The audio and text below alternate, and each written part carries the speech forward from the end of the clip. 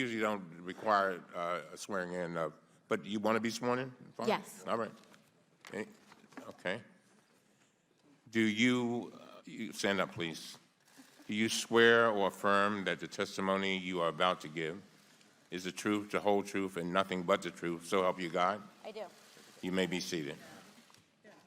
Let the record reflect that Ms. Ocasio-Cortez answered in the affirmative. You may proceed. Good morning, Chairman Cummings, Ranking Member Jordan, and distinguished members of this committee. When I was asked to testify today, I frankly didn't know where to begin after our visit to the border. Much has been made about the fact that we have said that this is a manufactured crisis. And in many ways, it is manufactured in that it is wholly unnecessary. It is unnecessary to separate children from their families.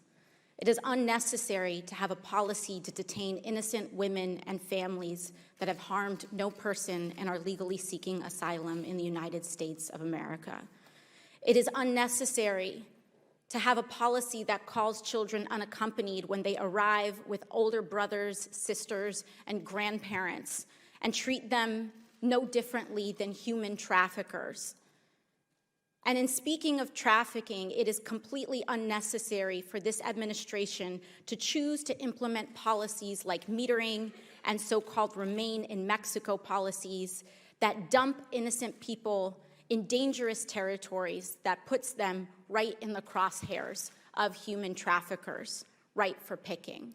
This is a manufactured crisis because the cruelty is manufactured. This is a manufactured crisis because there is no need for us to do this. There's no need for us to overcrowd and to detain and under-resource. There is no need for us to arrest innocent people and treat them no differently than criminals when they are pursuing their basic human rights. Much has been made about CBP agents in this hearing as well, and this is not their fault. And in some respects, in many respects, I agree, because it is a policy of dehumanization implemented by this executive administration, laid at the feet of Stephen Miller, that create a tinderbox of violence and dehumanization where hurt people hurt people. I would like to seek unanimous consent to submit the records of the names of 17 women I met during my trip to the border. I think one of the reasons, and what has been spoken of, is that there's two different universes, and it feels like we're speaking in two different worlds.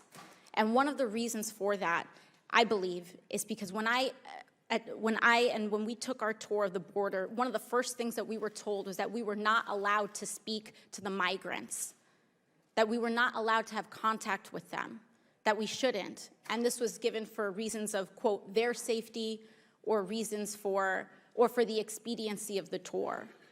And after we entered and after we were asked to surrender our cell phones at the beginning of the tour, we went in, and one of the CBP officers, after that morning, it being revealed by ProPublica, which I would also seek unanimous consent to submit to the record. While it was revealed by ProPublica, a secret Facebook group where CBP members were planning to harm or encouraging harm of myself and Congresswoman Escobar, as well as mocking the deaths of migrant children. Into that environment, we walked into this facility. We were asked to surrender our phones and be guarded by the people without a guarantee that no one there was in that Facebook group. We went in, and one of the officers attempted to sneak a photograph of myself and other congressional members. And at that point, we asked to enter one of the cells. We were allowed to speak to the women, and these are the women that we spoke to. It's their handwriting. And while we are being asked to speak only to officers, we are not getting the accounts of migrants, of their treatment, of what they are experiencing. And so when these women tell me that they were put into a cell and that their sink was not working, and we tested the sink ourselves, and the sink was not working, and they were told to drink out of a toilet bowl, I believed them. I believed these women. I believed the canker sores that I saw in their mouths because they were only allowed to be fed unnutritious food. I believed them when they said they were sleeping on concrete floors for 2 months. I believed them. And what was worse about this, Mr. Chairman, was the fact that there were American flags hanging all over these facilities, that children were being separated from their parents in front of an American flag, that women were being called these names under an American flag. We cannot allow for this.